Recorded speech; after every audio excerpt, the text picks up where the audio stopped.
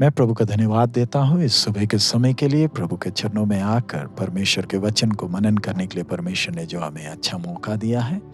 आइए आज के मनन के लिए मत्ती रचित सुसमाचार उसका 5वां अध्याय उसका 13वां वचन को हम ध्यान दें। मत्ती 5:13। तुम पृथ्वी के नमक हो, परंतु यदि नमक का स्वाद बिगड़ जाए तो वह किस वस्तु से नमकीन किया जाएगा? फिर वह किसी काम का नहीं, केवल इसके कि बाहर फेंका जाए और मनुष्यों के पैरों तले रौंदा जाए। मैं उर्दू में वचन को पढ़ रहा हूं। मत्ती की इंजील 5वां बाब उसका 13वां वचन 13 आयत। तुम जमीन के नमक हो, लेकिन अगर नमक का मजा जाता रहे तो वह किस चीज से नमकीन किया जाएगा? फिर वो किसी काम का नहीं, सिवाय इसके कि बाहर फेंका जाए और आदमियों के पांवों के नीचे रौंदा जाए। हम सब जानते हैं कि नमक जब भी इस्तेमाल किया जाता है, ज्यादा मात्रा में नहीं, थोड़ी मात्रा में ही इस्तेमाल किया जाता है। और हमारे रोज के खाने में, भोजन में नमक का एक बहुत जरूरी भाग है। नमक ना हो तो वो खाने में मजा नहीं। ये नमक सिर्फ खाने में स्वाद देने के लिए नहीं, लेकिन इस नमक को एक तंदुरुस्त शरीर के लिए बहुत जरूरी है। पुराने जमानों में हम देखते थे, पुराने जमानों से ही लोग इस नमक के उस महत्व को समझते थे। और ये नमक दोस्ती के लिए भी एक चिन्ह था। मध्य पूर्व एशिया में रिवाज है, अगर आपके तंबू में अगर आपका दुश्मन आकर अगर वो नमक को चख ले तो आपको उसकी रक्षा करनी पड़ेगी, क्योंकि उसने आपसे दया की विनती की है। उससे समझ में आता है कि नमक का समाज में कितना बड़ा भूमिका है। परमेश्वर के वचन को जब हम देखते हैं, पुराने नियम में हम देखते हैं कि नमक का भी वाचा होता था। दूसरा इतिहास 13:5 में हम उसके बारे में हम पढ़ते हैं। और ये एक गंभीर वाचा था जिसको कभी तोड़ा नहीं जा सकता है। उसके साथ साथ हम देखते हैं कि लेवी 2:13 में कि जब बलियां चढ़ाई जाती थी, उन बलियों में भी नमक का एक बहुत बड़ा भाग था। हम अय्यूब की पुस्तक उसका 6वां अध्याय उसका 6वां वचन पढ़ें। जो फीका है वो क्या बिना नमक खाया जाता है? ये दिखाता है कि पुराने नियम में भी लोगों के जीवन में नमक की एक अहम भूमिका थी। और इस बात को समझते हुए प्रभु यीशु भीड़ को सिखा रहे हैं कि वो जगत के नमक हैं। हम इस नमक के खूबी को जरा देखें। ये नमक करता क्या है? मरी हुई चीजें या जिसमें जान नहीं है, उन चीजों को संभालता है सड़ने से। आज हम समाज को जरा देखें कि समाज जिसमें परमेश्वर का वो स्वभाव नहीं है, परमेश्वर से वंचित है और शरीर के कामों का वो दुर्गंध देता है, ऐसा एक समाज है। उस समाज में परमेश्वर का एक संतान, परमेश्वर का वारिस, उसकी कितनी अहम भूमिका है, जिसे अनंत जीवन मिला है। वो इस मरे हुए समाज में अपने बातों के द्वारा, अपने कामों के द्वारा जीवन लाता है। वो नाश होने वाले आत्माओं के लिए बीचवाई करता है ताकि वो परमेश्वर के अनंत काल के सजा से बच जाए।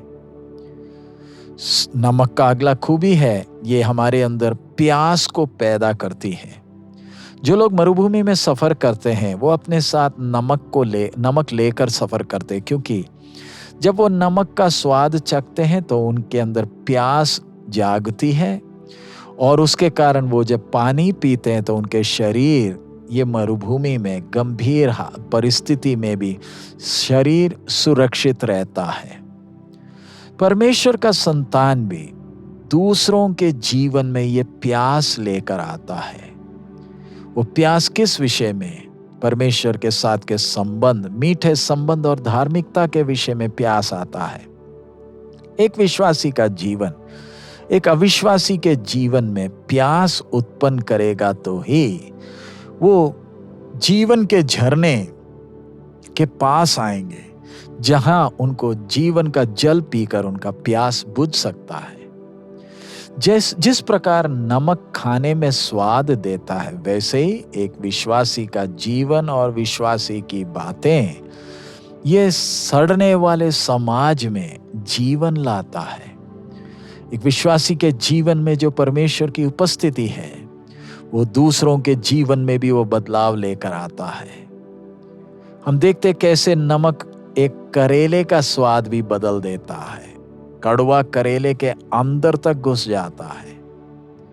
ये संसार बेशक हमें स्वीकार ना करे, लेकिन हमें हमेशा ध्यान रहना कि हमारे बातें, हमारे काम, हमारे जाने के बाद भी लोगों के जीवन में बड़ा छाप छोड़ते हैं, जिसे वो कभी इनकार नहीं कर सकते। और परमेश्वर का वचन हमें प्रोत्साहित करता है कि हमें बुराई को भलाई से जीतना है। जिस प्रकार नमक खाने में स्वाद देती है, इसी प्रकार परमेश्वर का जन जिस किसी माहौल में हो, उस माहौल में, उस वातावरण में एक बदलाव लाता है। जब लोग दुखी होते हैं, उनके बीच में परमेश्वर का जन आशा उत्पन्न करता है। जब लोग परेशान, निराश, हताश हैं, एक विश्वासी के बातें उनको प्रोत्साहित करती है और परमेश्वर पर भरोसा करने के लिए प्रोत्साहित कर उन्हें बलवंत करती है। लेकिन हम प्रभु यीशु मसीह के मुख्य उस संदेश को जरा ध्यान दें। अगर नमक अपना स्वाद खो गया तो वह और किस काम का? अगर हम पाप में मरे नहीं हैं, जो जिसके कारण हमें मसीह में नया जीवन मिलता है, अगर हम मसीह में वास नहीं करते हैं, तो दूसरों को हमारे जीवन के द्वारा कैसे आशीष मिलेगी? हम अपने चाल चलन में अगर हम ध्यान नहीं देते हैं, अगर हमारे शरीर की अभिलाषाओं के ऊपर हमें जय नहीं है, तो हमारा जीवन कैसा होगा? इसलिए मैंने और आपने ध्यान देना है कि मैंने परमेश्वर की आत्मा को दुखी नहीं करना है।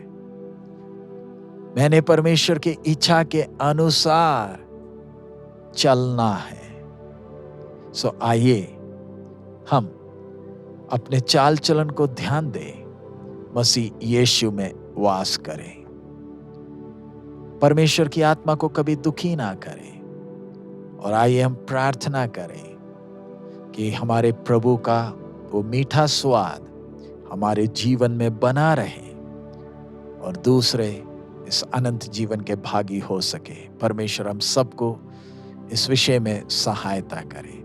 आइए हम प्रार्थना करें। हमारे अनुग्रहकारी पिता, हम आपका धन्यवाद देते हैं। आपके शक्तिशाली वचन के लिए धन्यवाद हो प्रभु। सच है, आपने हमें पृथ्वी का नमक बनाया है।